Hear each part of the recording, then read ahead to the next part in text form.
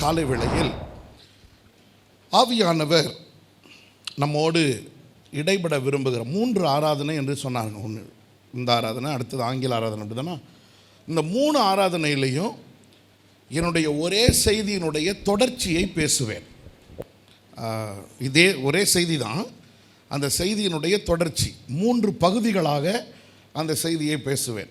அதனால் ஒருவேளை இன்றைக்கி உங்களுக்கு இருந்துட்டு போகலாம் அப்படின்னு நினச்சிங்கன்னா அடுத்தடுத்த ஆராதனைக்கு இருக்க மாட்டீங்க. ஆனாலும் சொல்கிறேன், அப்படி இருந்துட்டால் தான் எழுப்புதல் வந்துடுமே. அது எந்த சபையிலையும் நடந்து, நான் எங்கள் சர்ச்சில் எத்தனையோ தடவை சொல்லி பார்த்துட்டேன். ஒரு நாள் இருந்துட்டு போங்களேன் அப்படின்னு சொல்லி பார்த்துட்டேன். ஒரு சிஸ்டர் முடிஞ்சவொடனே வந்து, சோறு யார் போடுவா வீட்டில் அப்படின்னா. அதுக்கு தான் நம்மளை நம்பி பிரியாணி கடைலாம் திறந்து வச்சுருக்கிறான். நான் ஒரு உதாரணத்துக்கு சொல்கிறேன், நீங்கள் போகும்போது வாங்கிட்டு போயிருங்க. இப்போவும் இந்த 3 செய்தியும் கேட்க விரும்புனா இருங்க. சரி, ரைட். தானியேலின் புஸ்தகம் 5ஆம் அதிகாரம் 14ஆம் வசனம். தானியேல் 5ஆம் அதிகாரம் 14ஆம் வசனத்தை வாசிக்க கேட்போம். Daniel chapter 5 verse 14. உனக்குள்ளே தேவர்களின் ஆவி உண்டென்றும் வெளிச்சமும் புத்தியும் விசேஷித்த ஞானமும் உன்னிடத்தில் காணப்பட்டதென்றும் உன்னை குறித்து கேள்விப்பட்டேன். போதும். பெல்சாத்சார் ராஜாவுக்கு ஒரு பெரிய கொண்டாட்டம், ஒரு பெரிய சந்தோஷம். சந்தோஷத்தின் மிகுதியில் என்ன செய்கிறானே தெரியாம கர்த்தருடைய ஆலயத்திலிருந்து கொண்டு வரப்பட்ட பொற்பாத்திரங்களை எல்லாம் கொண்டு வந்து அதையெல்லாம் அசூசிப்படுத்தும் விதத்தில், அதையெல்லாம் அசுத்தமான காரியங்களுக்கு பயன்படுத்தவும், அதில் திராட்சரசங்களை குடிக்கவும், அதில் இவர்கள் கொண்டாடவும், பயங்கரமான ஒரு பாவ மோசமான கேடுண்டாகிற காரியத்தை செய்ய தொடங்கினான். இதெல்லாம் செஞ்சு பூரிப்பில் இருக்கிற நேரத்தில் அவன் கண்ணெதிரே ஒரு கை விரல் தோன்றி அந்த சுவற்றில் அந்த கை விரல் எழுத ஆரம்பித்தது. அது எழுத ஆரம்பித்த உடனே அதை பார்த்த மாத்திரத்தில் நடுநடுங்கி போனான். தன்னுடைய பலனெல்லாம் இழந்தான், சந்தோஷத்தை எல்லாம் இழந்தான். அவனுக்குள்ளே ஒரு நடுக்கம் உண்டானது, ஒரு திகில் உண்டானது. எழுதின எழுத்து என்னவென்று புரியவில்லை, படிக்கவும் தெரியவில்லை, விளக்கமும் தெரியவில்லை. நடுங்கி போனவன் இது என்னவா இருக்கும் என்று தேசத்தில் உள்ள ஞானிகளை எல்லாம் அழைத்தான், தேசத்தில் உள்ள மந்திரவாதிகளை அழைத்தான், ஜோசியக்காரரை அழைத்தான், அறிவாளிகளை அழைத்தான். எல்லாரும் வந்தாங்க, எல்லாரும் பார்த்தாங்க. ஆனால் ஒருத்தருக்கு கூட அது என்னன்னு சொல்ல தெரியலை. அதை பார்த்து பயந்து போனான். இன்றைக்கும் நம்முடைய தேசத்தில் ஜனங்கள் பயத்தில் இருக்கிறார்கள். தங்களுடைய வாழ்க்கையில் உள்ள காரியங்களை குறித்து இது என்ன தெரியவில்லையே, ஏன் தெரியவில்லையே, எப்படி தெரியவில்லையே என்கிற பயத்தில் இந்த தேசத்தில் ஜனங்கள் இருக்கிறார்கள். அவர்களுக்கு அதை விளக்கி சொல்ல எத்தனையோ இடங்களுக்கு போகிறார்கள், ஆனால் எங்கும் பதில் இல்லாமல் நிற்கிறார்கள். ஆனால் பதில் கர்த்தர் உங்களிடத்திலும் என்னிடத்திலுமே கர்த்தர் தந்திருக்கிறார் என்று விசுவாசிக்கிறவர்கள் இருந்தால் நல்ல கரங்களை தட்டி ஆண்டவருக்கு மகிமையாய் ஒரு அல்லேலூயா சொல்லுவோம். ஹல்லேலூயா. இப்போ சொல்லப்படுகிறது, தானியேலுக்கு ஆன்சர் தெரியும். எப்பா தேசத்தில் யாருக்கும் தெரியாதுப்பா, ஆனால் ஒருத்தனுக்கு மட்டும்தான் தெரியும். பக்கத்தில் பார்த்து சொல்லுங்க, அது நான் தான் சொல்லுங்க. நல்லா சொல்லுங்க, நான் தான் சொல்லுங்க. நான் பிரசங்கம் பண்ணும்போது என்னை முறைச்செல்லாம் பார்க்கக்கூடாது, சரியா? நான் உங்கள் சர்ச்சுக்கு புதுசு இல்லை, அதனால் முறைச்செல்லாம் பார்க்கக்கூடாது. நான் சொல்கிறத அப்படியே பக்கத்தில் பார்த்து சொல்லுங்க, அது நான் தான், அந்த தானியேல் நான் தான். ஆமாம், ஒருத்தனுக்கு மட்டும்தான் தெரியும். சரி, தானியேலை அழைத்து வந்தால் தானியேல் வந்து விட்டான். வந்த உடனே இப்போ ராஜா சொன்ன வார்த்தை தான் நம்ம வாசித்தோம். ராஜா என்ன வார்த்தை சொல்லுகிறான் தெரியுமா? ரொம்ப அழகான வார்த்தை சொல்கிறான். எப்பா, உன்கிட்ட இதுக்கான பதில் இருக்குன்னு எனக்கு தெரியும். அதை இன்னொரு வார்த்தையில் சொல்கிறேன். உன்கிட்ட என் நடுக்கத்துக்கு, என் பயத்துக்கு ஆன்சர் இருக்குன்னு எனக்கு தெரியும். உன்னால் மட்டும்தான் என் பயத்தை நீக்க முடியும்னு எனக்கு தெரியும். உன்னால மட்டும்தான் என் குழப்பத்துக்கு பதில் சொல்ல முடியும்னு தெரியும். உன்னால மட்டும்தான் எனக்கு பாதை காட்ட முடியும்னு தெரியும். உன்னால மட்டும்தான் இருட்டில் இருக்கிற எனக்கு வெளிச்சம் காட்ட முடியும்னு தெரியும். வேற யாராலையும் முடியாது. ஆனால் அதை நீ செய்வதற்கு காரணம், அந்த ஆன்சர் உன்கிட்ட இருக்கிறதுக்கு காரணம் என்ன தெரியுமா? 3 காரியம் சொல்றான். 1, உன்கிட்ட தேவ ஆவி உண்டு. நீ எல்லார போல சாதாரண ஆள் இல்லை. உன்கிட்ட என்ன இருக்குது? தேவ ஆவி உண்டு. 2வது, உன்கிட்ட தெளிந்த புத்தி உண்டு. என்ன உண்டு? தெளிந்த புத்தி உண்டு. 3வது, உன்கிட்ட விசேஷ ஞானம் உண்டு. என்ன உண்டு? இன்னைக்கு 3 ஆராதனையிலையும் இந்த 3 தலைப்பை தான் பேச போறேன். உன்கிட்ட தேவ ஆவி உண்டு, உன்கிட்ட தேவ ஆவி உண்டு, உன்கிட்ட தெளிந்த புத்தி உண்டு, உன்கிட்ட விசேஷித்த ஞானம் உண்டு. இந்த முதல் ஆராதனையில் உன்னிடத்தில் தேவ ஆவி உண்டு. இதை மாத்திரம் தியானிக்க கர்த்தர் உதவி செய்வாராக. You have the spirit of God in you. உனக்குள்ளே தேவ ஆவி உண்டு. நீ எல்லாரை போல ஒரு மனுஷன் அல்ல. உனக்குள்ளே ஒரு ஆவியானவர் இருக்கிறார். அந்த ஆவியானவர் இந்த இருளான நேரத்தில் வெளிச்சம் காட்டி இது என்னவென்று எனக்கு சொல்ல அந்த ஆவியானவராலே கூடும். இந்த உலகத்தில் ஆலோசனை இல்லாமல் ஜனங்கள் தத்தளிக்கிறார்கள். இன்றைக்கு ஆலோசனை ஜனங்களுக்கு தேவைப்படுகிறது. they don't have answer. அவர்களுக்கு பதில் தெரியவில்லை. எதை எப்படி செய்ய வேண்டும் என்று தெரியவில்லை. குழப்பத்தில் இருக்கிறார்கள். இன்றைக்கு பிரச்சனை என்ன தெரியுமா? வெளியில தான் குழப்பத்தில் இருக்காங்கன்னு பார்த்தா சபைக்குள்ள வந்த நிறைய பேருமே குழப்பத்தில் தான் இருக்கிறாங்க. ஏன்னா உள்ள யார் இல்லை? ஆவியானவர் இல்லை. ஆவியானவர் இல்லாத ஆளெல்லாம் குழப்ப வியாதி தான். குழப்பவாதி இல்லை, குழப்ப வியாதி தான். இது குழம்புச்சுன்னா தன்னையும் குழப்பம். எவ்வளோ அழகாக சொன்னீங்க பார்த்தீங்களா? சுற்றி இருக்கிற ஆளையும் குழப்பம். இந்த பயப்படுறவனை பாருங்க, அவன் மட்டும் பயப்பட மாட்டான். அவன் மட்டும் பயப்பட மாட்டான். தனக்கு இருக்கிற பயத்தை யாருக்கெல்லாம் பாஸ் பண்ணுவான்? பக்கத்தில் இருக்கிற இந்த எக்ஸாம் எழுத போகிறவனுக்கு பாருங்களேன், பயம் இருந்துச்சுன்னா அவனோட பயம் போச்சுன்னா பரவாயில்ல, அவன் பக்கத்தில் இருக்கிற 10 பேர்ட்ட கேட்பான், நீ படிச்சிட்டியா, நீ படிச்சிட்டியா, இதை படிச்சிட்டியா, இதை படிச்சிட்டியா. எல்லாரையும் பயமுறுத்திட்டு இவனும் பயந்துட்டு பயத்தோடு போவான். இன்றைக்கு சபைக்குள்ள தேவ ஆவியானவர் நமக்குள்ள இருப்பாரேயானால், ஆவியானவருக்கு இடம் கொடுக்கிற சபையா இருக்குமே ஆனால், இன்றைக்கு சபைகளில் ஆவியானவருக்கு இடம் கொடுக்கிற அனுபவம், ஆவியானவரோடு வாழுகிற அனுபவம், ஆவியானவரோடு நடக்கிற அனுபவம், ஆவியானவர் நடத்துகிறத புரிந்து கொள்ளுகிற அனுபவம் சபை மக்களுக்கு இல்லாமல் போய் மாம்சத்தில் லைஃப்பில் போராடிட்டு இருக்கிறாங்க. நீங்களும் நானும் மாம்சத்தில் போராட அழைக்கப்படவில்லை. பலத்தினாலும் அல்ல, பராக்கிரமத்தினாலும் அல்ல, ஆவியினாலேயே ஆகும். அவருடைய ஆலோசனை அருமையானது. சங்கீதம் 139 சங்கீதம் 17 வசனம் சொல்லுகிறது, கர்த்தருடைய ஆலோசனைகள் எத்தனை அருமையானவைகள்.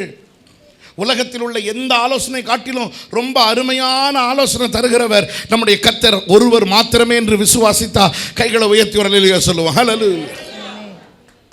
கர்த்தருடைய ஆலோசனையை போல இந்த உலகத்தில் எதுவுமே வராது. ஆண்டவருடைய ஆலோசனைக்கு இடம் கொடுங்க. ஆண்டவருடைய ஆலோசனைக்கு இடம் கொடுங்க. ஆண்டவர் எப்படி ஆலோசனை தராராம்? 3 காரியம் வேகமாக சொல்லிடுறேன். 3 காரியம். நம்பர் 1, யோவான் 14 அதிகாரம் 26 வசனம். குறித்து மாத்திரம் வச்சுக்கோங்க, எனக்கு நேரம் ரொம்ப கம்மினால குறித்து மாத்திரம் வச்சுக்கோங்க. யோவான் 14:26 வசனம். ஆவியானவர் எப்படி ஆலோசனை தராராம்? நினைவுபடுத்தி. எல்லாரும் சொல்லுங்க, நினைப்பூட்டுவார்.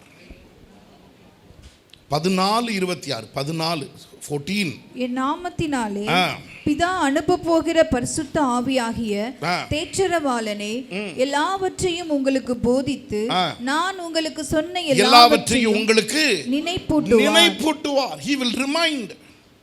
பரிசுத்த ஆவியானவர் நமக்கு தருகிற ஆலோசனை எப்படி நினைவுபடுத்துகிறார்? நினைவுபடுத்துகிறாருன்னா ஏற்கனவே நமக்கு தெரிஞ்ச ஒன்று, நம்ம மறந்து போன ஒன்றை தான் நினைவுபடுத்த முடியும். அப்படிதானா? உங்களுக்கு ஒரு மேட்ரு தெரியவே தெரியாது, பிரதர் உங்களை நினைவுபடுத்துகிறேன்னு சொன்னால் அதில் அர்த்தமே இல்லை. ஒன்று தெரியும், அதை நீங்கள் மறந்துட்டீங்க, அதை நினைவுபடுத்தலாம். இதுக்கு தான் தினமும் வேதம் வாசிக்கணும். ஆவியானவர் உங்களை உணர்த்துறாரா? இடம் கொடுக்குறீங்களா ஆவியானவர் உணர்த்துறதுக்கு? உணர்த்தி பேசுவார். ஆலோசனை தரணும்னா ஆவியானவர் எப்படி தருகிறார்? ஞாபகப்படுத்தி தருகிறார், உணர்த்தி தருகிறார். உணர்வுள்ள இருதயத்தை கர்த்தர் தருகிறார். கர்த்தர் உங்களோடு இடைப்படுவார். நீங்கள் வேதத்தை வாசிக்கும் போது ஒரு உணர்வை கர்த்தர் தருகிறாரா? இதுதான் ஒரு உணர்வை தருகிறாரா? அது ஆவியானவர் உங்களோடு இடைப்படுகிறது. இந்த அனுபவம்லாம் இல்லாமல் போயிடக்கூடாது. பக்கத்தில் பார்த்து சொல்லுங்கள், இந்த அனுபவம்லாம் இல்லாமல் போயிடக்கூடாது. 2 கரங்களை உயர்த்தி ஒரு நிமிஷம் கண்ணை மூடி, ஆண்டவரே எனக்கு இந்த அனுபவம் வேணாப்பா. எத்தனை பேர் சொல்ல முடியும், எனக்கு இந்த அனுபவம் வேணாப்பா, என்னை நீங்கள் நினைவுபடுத்தணும், என்னை நீங்கள் உணர்த்தணும், இந்த அனுபவங்களை எனக்கு நீங்கள் நிச்சயமாக தாங்கப்பா. இதெல்லாம் இல்லாத ஒரு வாழ்க்கையை நான் வாழ்ந்துட்டு இருக்காதபடி என்னை காத்து கொள்ளுங்கப்பா, கிருபை தந்து நடத்துங்க. ஆமேன், ஆமேன். கடைசியாக 3வது பாருங்கள், லூக்கா 12ஆம் அதிகாரம் 11ஆம் வசனம் 12ஆம் வசனம் குறித்து வச்சுக்கோங்க. லூக்கா 12, 11, 12 போதிப்பார். என்ன செய்வார்? போதிப்பார், டீச் பண்ணுவார், சொல்லி தருவார். ஆவியானவரை போல நமக்கு சொல்லிக் கொடுக்க இந்த உலகத்தில் யாருமே கிடையாது. அழகாக போதிப்பார்.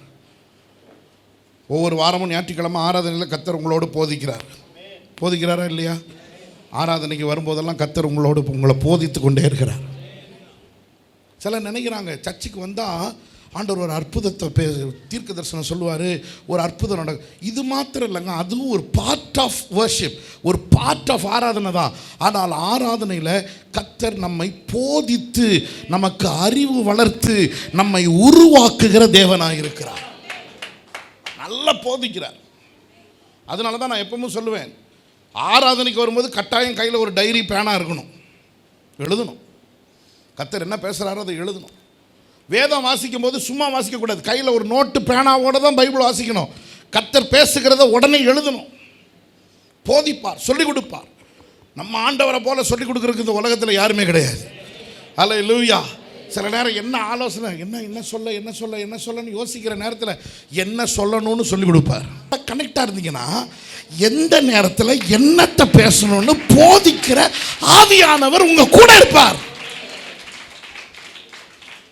நம்ம டிவியோட தானே கனெக்டடாக இருக்கோம். சீரியலில் விழுந்தானா, ஐயோ குதிச்சிட்டானா தெரியலையே. அவன் டைரக்டர் சொன்னால் குதிப்பான், இல்லைன்னா நிற்பான். நம்ம எப்படி இருக்கிறோம்? ஆவியானவரோட கனெக்டடாக இருக்கிறோமா? நீங்கள் ஆவியானவரோட கனெக்டடாக இருந்து பாருங்கள், உங்களால் சும்மாவே இருக்க முடியாது. ஏன்னா சொல்லிக்கிட்டே இருப்பார், நடத்திக்கிட்டே இருப்பார், கண்ட்ரோல் கொடுத்துக்கிட்டே இருப்பார், எப்பவும் காஷன் பண்ணிக்கிட்டே இருப்பார், எப்பவும் ஆர்டர் பண்ணிக்கிட்டே இருப்பார். அவருடைய ஆலோசனையை பெற்று நடக்கும்போது நம்ம பாதையெல்லாம் வெளிச்சமாக தான் இருக்குமே தவிர இருளோ தடுமாற்றங்களோ இல்லை என்று விசுவாசிக்கிறவர்கள் கரங்களை தட்டி ஆண்டவருக்கு மகிமை செலுத்தி ஹல்லேலூயா. கையை வைத்து ஒரு ஜெபம் பண்ணுவோம். ஆண்டவரே, நான் உங்களோட ஆவியானவரோடு நான் கனெக்டடாக இருக்கணும். அதுக்காக ஜெபம் பண்ணுங்க. ஒரு வார்த்தை சொல்லுங்கள், நான் தனியாக நடந்துட்டு இருக்கக்கூடாது, நான் ஆவியானவரோடு நடக்கணும். இந்த வார்த்தையை சொல்லுங்கள். இந்த ஆராதனைக்கு பிறகு சபையில் இருக்கிற எல்லாரும் ஆவியானவரோடு ஒரு நெருக்கமான உறவில், ஹல்லேலூயா, ஆவியில் நடத்தப்படுகிற அனுபவத்தில் ஒவ்வொருவரும் வந்துவிட கர்த்தர் கிருபை தாங்கப்பா, நீங்கள் உதவி செய்யுங்க, நீங்கள் பேசு, எனக்கு கேட்கணும். உங்கள் ஆலோசனையில் நடக்க கர்த்தர் அனுக்கிரகம் பண்ணுகிறதுக்காக ஸ்தோத்திரம். சரி, நான் இவ்வளோ நேரம் முன்னுரையை தான் பேசியிருக்கேன். என்ன இப்போ தான் மெயினாக மெசேஜுக்கே வரேன். இல்லை பாஸ்டர், அப்போவே கடைசியான்னு சொன்னீங்களே, அது முன்னுரையில் கடைசியா, இது இப்போ தான் வருது. அதனால் ஆனால் 3 காரியம் சொல்லிடுறேன். 3 காரியம் நீங்கள் நிறைய பேரோட மைண்ட் வாய்ஸ் கேட்குது, எங்கள் பாஸ்டர் இப்படி தான் 3 சொல்கிறேன் 2 சொல்கிறேன், இழுத்து இந்த 1 நிமிஷத்தில் முடிச்சிடுறேன். இது பெந்தேகோஸ்தே பிரசங்கியார்கள் நாங்கள் இப்படி தான் சொல்லுவோம், ஆனால் போவோம். நான் ரொம்ப நேரம் போக முடியாதுன்னு நினைக்கிறேன். கரெக்டாக முடிக்கணும்ல, 9:30க்கு முடிச்சாகணும்ல, ரைட், முடிச்சிடுவேன். 3 காரியம் மாத்திரம் சொல்லிட்டு முடிச்சிடுறேன். குறித்து மாத்திரம் வச்சுக்கோங்க. நீங்கள் எல்லாம் அழகாக எழுதுறனால உங்களுக்கு சொல்கிறேன். பாருங்கள், தேவ ஆவியானவருடைய ஆலோசனை அதனுடைய தன்மை என்ன? தேவ ஆலோசனையினுடைய தன்மை எப்படி இருக்கும்? அது எப்படிப்பட்டதா? What is the nature of gods counselling? தேவ ஆலோசனையினுடைய தன்மை எப்படி இருக்கும்? அதை மாத்திரம் ஒரு 3 காரியம் சொல்லி ஜெபிக்க விரும்புகிறேன். தேவ ஆலோசனையின் தன்மை எப்படி இருக்கும்? முதலாவது தன்மை என்ன தெரியுமா? பார்வைக்கு அற்பம், ஆனால் முடிவு மகிமை. எழுதிக்கோங்க. பார்வைக்கு அற்பம், ஆனால் முடிவு மகிமை. இன்னைக்கு நிறைய பேருக்கு இருக்கிற பிரச்சனை என்ன தெரியுமா? ஆண்டவர் ஏதாவது ஒன்று சொன்னால், வித்தியாசமாக சொன்னால் அந்த சர்ச்சுக்கு போகிறாங்க. ஏதாவது வித்தியாசமாக ஒரு யாராவது ஏதாவது பண்ணால் உடனே அங்கே ஓடிடுறாங்க. அற்பமாக சாதாரணமாக ஒன்று சொன்னால், இதுதானே, இதான் எங்களுக்கு தெரியுமே.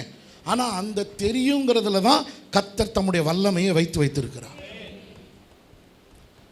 ஆண்டவருடைய ஆலோசனைலாம் ரொம்ப அப்படி இப்படியெல்லாம். நாகமான் அப்படி தானே, 2 ராஜாக்கள் 5ஆம் அதிகாரம் தானே. நாகமான் வீட்டில் வாசித்துக்கோங்க. நாகமான் போகிறான். அவன் நினைக்கிறான் அவர் வருவார், என்னை தலையிலிருந்து கால் வரைக்கும் என்ன செய்வார், அப்படியே தொட்டு மந்திரிப்பார், எல்லாம் சுகமாயிரும். அவன் வெளியிலே வரல, உள்ளே உட்காந்துட்டு, போய் அவனை 7 தடவை முங்கிட்டு வர சொல்லு. எங்கே? யோர்தானில் போய் 7 தடவை முங்கிட்டு வர சொல்லி எல்லாம் சரியாயிரும் அப்படின்னு. இவனுக்கு கோவம்னா கோவம். இதுக்கான இவ்வளோ தூரத்துலேருந்து வந்தேன். அவர் ஏதாவது பண்ணுவார்னு பார்த்தா, இன்றைக்கி நிறைய பேர் சர்ச்சில் பாஸ்டர் ஏதாவது சொல்லுவாருன்னு பார்த்தா, நம்ம பாஸ்டருக்கு பவர் இல்லை. என்ன இல்லை? பவர் இல்லை. ஒரு அம்மா, நான் ஜோம் பண்ணேன் கொரோனா டைம், தலையில் கை வைக்கல, ஜோம் பண்ணிட்டேன். கஷ்டப்பட்டு ஜோம் பண்ணுறேன். ஜோம் பண்ணி கர்த்தர் தந்த வார்த்தைகள்லாம் சொல்லி ஜோம் பண்ணி முடிச்சிட்டேன். முடித்த உடனே, பாஸ்டர் தலையில் கை வச்சு ஜோம் பண்ணுங்க பாஸ்டர் இருந்துச்சு. ஐயோ, திரும்ப தலையில் கை வச்சு, ஏன்னா சில என்ன பண்ணுறது, தலையில் கை வச்சிட்டேன். வச்சுட்டு ஜோம் பண்ணேன். ஜோம் பண்ணி முடித்த உடனே, பாஸ்டர் என்ன தெரிஞ்சிச்சு உங்களுக்குன்னு. நான் சொன்னேன், உன் தள்ள இருக்கிற எண்ணெயெல்லாம் என் கையில் வந்துச்சு, போ. என்ன தெரிஞ்சிச்சு? இன்னைக்கு ஏதாவது ஒன்று சொல்லணும், ஏதாவது வித்தியாசமாக நடக்கணும். சாதாரணமாக சொல்கிறதெல்லாம் பெருசாக, தினமும் பைபிள் வாசிங்க, தினமும் ஜெபம் பண்ணுங்க அப்படின்னு அற்பமான ஆலோசனை போல தெரியும். ஆனால் அந்த தின ஜெபமும் தின வேத வாசிப்பும் தான் பெரிய மகிமையை கொண்டு வந்து கொடுக்கும். கிறிஸ்டியன் லைஃப்பில் இது அது அப்படி இப்படி அதெல்லாம் விட்டுருங்க. உங்களுக்கு ரெகுலராக டிசிப்ளின்டு பைபிள் ரீடிங்கும் ஜெபமும் இருக்கா? அதான் பேசிக். நீங்கள் டிசிப்ளின்டு பைபிள் ரீடிங்கும் ப்ரேயர் லைஃப்பையும் கரெக்டாக வச்சுக்கோங்க. பிசாசு உங்கள் வீட்டுக்குள்ளே வரவே முடியாது, அவனுக்கு இடமே கிடையாது. அற்பமான ஆலோசனை, சில ஆலோசனைகள் அற்பமாக இருக்கும். ஆனால் கர்த்தர் முடிவு எப்படி வச்சிருக்கிறார் தெரியுமா? ரொம்ப மகிமையாக வச்சிருக்கிறார், ரொம்ப மகிமையாக வச்சிருக்கிறார். ரூத்து சொல்லுகிறா, இவ்வளோ இவ்வளோ இவ்வளோ இவ்வளோ காரியங்கள். ரூத்து நகோமியை பின்பற்றி வருகிறாள். நகோமியை பின்பற்றி வருகிறா. நகோமி அவளுக்கு ஒரு ஆலோசனை கொடுக்குறா. சாதாரணமாக தான் தெரிஞ்சிச்சு, வேலைக்கு போக வேண்டிய ஒரு காரியம்தான். ஆனால் போனால் முடிவு மகிமையாக இருந்தது. நான் உன் ஊருக்கு வந்திருக்கிறேன்னு நீ வேலைக்கு போய் எனக்கு சம்பாதிச்சு கொடுன்னு ரூத்து சொல்லலை. அவள் சொல்கிற ஆலோசனைக்கு கீழ்ப்படிந்தாள். ஆண்டவர் சொல்கிற காரியம் சாதாரணமாக இருக்குங்க, அற்பமான ஆலோசனையாக இருக்கும். உங்கள் இந்த பலிபீடத்திலிருந்து வருகிற, நான் இந்த சபைக்கு வந்தனாலேயோ உங்கள் பாஸ்டருக்கு முகத்துக்காகவும் இதை சொல்லலை, எங்கே நின்னாலும் இதை தான் சொல்லுவேன். இந்த பலிபீடத்திலிருந்து வருகிற ஒவ்வொரு வார்த்தையும் சாதாரண வார்த்தைகளாக இருக்கும். ஆனால் அதற்கு கீழ்ப்படியும் போது அந்த ஆலோசனை பெரிய மகிமையை கொண்டு வரும். நேற்று ராத்திரி ஒரு சாட்சி கடிதம் வந்துச்சு. சாட்சி கடிதத்தை வாசித்தேன். எங்கள் சர்ச்சில் நடந்த ஒரு அற்புதம், அதை வாசித்தேன். பையனுக்கு ஆப்ரேஷன் பண்ணணும்னு டாக்டர் சொல்லியிருக்கிறாங்க. பையனுக்கு ஆப்ரேஷன் பண்ணணும்னு டாக்டர் சொல்லியிருக்கிறாங்க. ஆப்ரேஷன் பண்ணியே தீரும். 4 ஹாஸ்பிட்டல் போன, 4 ஹாஸ்பிட்டலையும் சொல்லிட்டாங்க, டேட்டையும் குறிச்சிட்டாங்க. இதுக்குள்ளே பண்ணி ஆகணும் அப்படின்னு டேட்டையும் குறிச்சிட்டாங்க. 12 வயசு பையன். இந்த தாய் அழுது சபையில் ஆராதனைக்கு வந்தபோது ஆண்டவர் அவங்க கூட பேசியிருக்கிறார். சிம்பிளான ஒரு ஆலோசனை, நீ தினமும் முழங்கால் படிக்கிட்டு உன் வீட்டில் ஒரு பலிபீடத்தை கட்டி எழுப்பு, அற்புதங்கள் நடக்கும். கர்த்தர் பேசின இந்த ஒரு சின்ன ஆலோசனை, வேறு ஒன்றுமே செய்யலை. எந்த பாஸ்டர்ட்டையும் போகலை, எங்கேயும் ஓடலை, யார்ட்டையும் போகலை. வீட்டுக்குள்ளே டெய்லி காலைல 10 மணிலேருந்து 12 மணி வரைக்கும் நெடுமுழங்கால் போட்டு கை உயர்த்தி ஒரு பலிபீடத்தை கட்டி கட்டி கட்டி ஜோமன் 10 நாள் முடிஞ்சு ஆப்ரேஷன் கொண்டு போனால் டாக்டர் கேட்குறாரு, நல்லா இருக்கிற பையனுக்கு எதுக்கு ஆப்ரேஷன்? சாதாரண. ஆனால் நம்ம என்ன சொல்லுவோம்? ஒரு பெரிய வல்லமையான வரம் பெற்ற தேவ ஊழியர் என் பிள்ளை தலை மேல கை வச்சாருன்னா ஊர்ல நம்மகிட்ட பேயெல்லாம் உள்ள வரும். இன்னைக்கு நம்ம பெரிய பெரிய ஊழியர்களை தான் நம்புறோம். நீங்க முழங்கால் போட்டா உங்க வீட்டுக்குள்ள அற்புதம் நடக்கும்னு சொன்னா நம்புவீங்களா? நீங்க ஜெபம் பண்ணா கர்த்தர் உங்க பிள்ளைய சுகமாக்குவார் நம்புறீங்களா? நீங்க உபவாசம் பண்ணினால் தரிகட்ட அலைகிற பிள்ளைய கர்த்தர் திருத்தி கொண்டு வந்து சபையில நிறுத்துவார். அற்பமா இருக்கும் ஆலோசனை. ஆவியானவர் கொடுக்குற ஆலோசனை அற்பமா இருக்கும், பார்க்க அப்படிதான் தெரியும், சாதாரணமாக இருக்கும். ஆனால் முடிவு ரொம்ப ரொம்ப மகிமையாக இருக்கும், ரொம்ப ரொம்ப மகிமையாக இருக்கும். இரண்டாவது, அந்த ஆலோசனையுடைய தன்மை பாருங்க, அந்த ஆலோசனையுடைய தன்மையை பாருங்க, எழுதிக்கோங்க. பாதை கடினம் ஆனால் முடிவு மகிமை. ஆண்டவர் நமக்கு தருகிற ஆலோசனையினுடைய பாதை எப்படிப்பட்டது? கடினம். ஆனால் முடிவு எப்படி இருக்கும்? பாதை ரொம்ப கஷ்டங்க. அவர் சொல்கிற பாதை ரொம்ப கஷ்டம், தாங்கிக்கிறது ரொம்ப கஷ்டம், வலிக்கும், ரொம்ப வேதனையாக இருக்கும், ரொம்ப கஷ்டமாக இருக்கும். சே, இவ்வளோ பெரிய பாரத்தை நான் சுமக்கணுமா? இவ்வளோ கஷ்டத்துக்குள்ளே நான் போகணுமா? ஆண்டவர் சொல்லுவார், பொறுமையாயிரு, பொறுமையாயிரு, பொறுமையாயிரு. சில நேரத்தில் நமக்கு வரும், இன்னும் எவ்வளோ பொறுமையாக இருக்க? இந்த கேள்வியை கேட்டிங்கன்னா இன்னும் பொறுமையாக இருக்கணும். இந்த கேள்வியை கேட்காம இருந்தீங்கன்னா சீக்கிரம் முடிஞ்சிடும். நான் சொல்கிறது அந்த பாதையில் போனவங்களுக்கெல்லாம் புரியும். பாஸ்டர் 7 வருஷம் ஆயிடுச்சு பாஸ்டர் சொல்லிட்டீங்கல்ல, அடுத்த 7 வருஷம் காத்திருக்குது, வா. பொறுமையாக இருக்கணும். கடினமாக இருக்கும், கடினமாக இருக்கும். ஈஸியானதெல்லாம் இல்லை, கடினம்தான். அந்த பாதை கடினம்தான். கேட்குறதுக்கு ஈஸியாக இருக்கும், ஆனால் அந்த பாதை கடினமாக இருக்கும். கர்த்தர் பேசுவார், கர்த்தர் ஆலோசனை தருவார். எல்லாரும் விரோதித்து எழும்புவாங்க, எல்லாரும் நம்ம பகைப்பாங்க, எல்லாரும் நமக்கு எதிராக எழும்புவாங்க. ஆனால் கர்த்தர் சொல்லுவார், அமைதியாக இரு, வாய் திறக்காத, பேசாத, யார்ட்டையும் நியாயத்தை எதிர்பார்க்காத, உன் நியாயத்தை வெளிப்படுத்த நீ போராடாத, கொடி பிடிக்காத, அமைதியாக உட்கார் ஒரு ஓரமா. நான் உனக்காக வேலை வரும்போது யுத்தம் பண்ணுவேன். காத்திரு காத்திரு காத்திரு காத்திரு காத்திரு காத்திரு. கஷ்டமான பாதையாக இருக்கும், ஆனால் கர்த்தர் முடிவில் ஒரு பெரிய மகிமையை வச்சிருக்கிறார். கர்த்தருடைய ஆலோசனை அதுதாங்க. உலகத்தான் பார்க்கும்போது என்ன சொல்லுவான்? நம்மளை பார்க்கும்போது அவனுக்கு கோமாளி மாதிரி தெரியும். என்னங்க இவ்வளோ பண்ணுறாங்க, நீங்கள் அமைதியாக இருக்கிறீங்க, பொறுத்துட்டு அமைதியாக இருக்கிறீங்க, இவ்வளோ இழிச்சவாய் நினச்சிக்கிட்டானாலாம் பேசுவாங்க.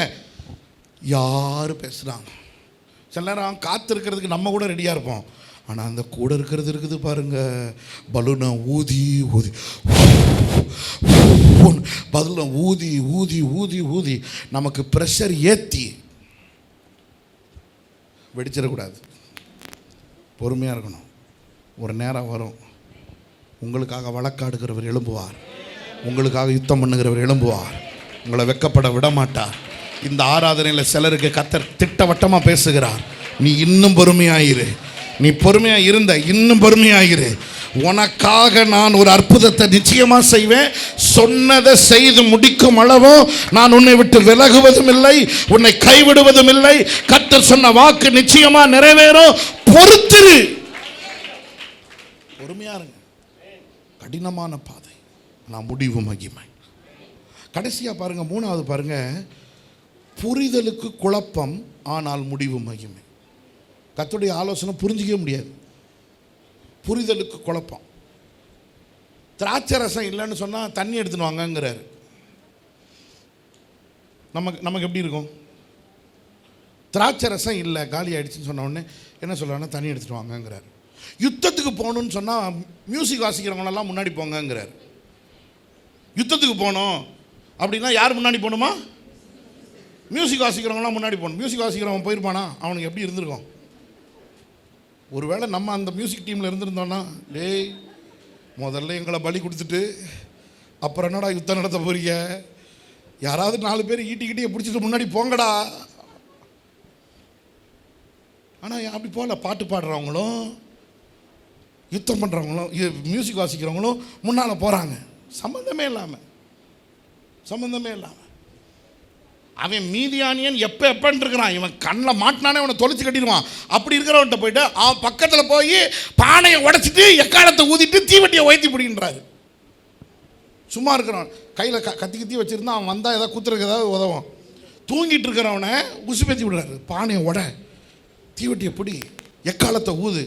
ஆண்டவரே எழும்பி வந்து அடித்தான்னா ஒருத்தனும் தாங்க மாட்டான். 300 பேர் தான் இருக்கிறான், செத்து போவான். ஆனால் ஆண்டவர் சொல்ல இல்லை செய். பக்கத்தில் பார்த்து குழப்பமாக இருக்கும். நல்லா சொல்லுங்கள், அவர் சொல்கிறது புரியாது. ஒரு சகோதரி அவங்க பிரச்சனையை என்கிட்ட 3 மணி நேரம் பேசினாங்க. ஆனால் எனக்கு ஒரு பொறுமை அன்னைக்கு இருந்துச்சு. அந்த இப்பெல்லாம் கிடையாது, அன்னைக்கு இருந்துச்சு. 3 மணி நேரம் அந்த அம்மா பேச பேச பேச பேச 2 டீ குடிச்சிட்டேன். பேசு நான் அமைதியாக 3 மணி நேரம் கேட்டேன். 3 மணி நேரம் முடித்தோடனே நான் என்ன பாஸ்டர் பண்ணேன்? நான் சொன்னேன், ஜெபம் பண்ணுவோம். ஏன் பாஸ்டர் இவ்வளோ நேரம் பேசியிருக்கிறேன், உங்களுக்கு வேற பதிலே இல்லையா? அன்னையிலேருந்து சர்ச்சில் சொல்லிட்டேன், தயவுசெய்து உன் பிரச்சனையெல்லாம் என்கிட்ட சொல்லாத. நீ யார் வந்து சொன்னாலும் என் ஆன்சர் ஒன்று தான், ஜெபிப்போம். உங்கள் பாஸ்டர் அந்த ஆன்சர் தான் சொல்லுவாருன்னு நினைக்கிறேன். இது உலகத்துக்கு இதுதான் சட்டம். யார் வந்தாலும் பதில் என்னதான்? சிலதெல்லாம் குழப்பம், நமக்கு புரியாது. ஆனால் கர்த்தருடைய வழிகள் வித்தியாசமானது. அவர் ஆலோசனை நமக்கு புரியாது. ஆனால் கர்த்தருடைய ஆலோசனை எப்பவும் மகிமையில தான் முடியும். எத்தனை பேருக்கு இந்த காலவெளியில் வசனம் புரிந்தது? நமக்கு தேவை கர்த்தருடைய ஆலோசனை, ஆவியானவருடைய ஆலோசனை. ஒப்பு கொடுக்குறவங்க இருந்தால் சீக்கிரமாக இருக்கிற இடங்களில் கண்களை மூடி கரங்களை உயர்த்தி எழுந்து நிற்போமா?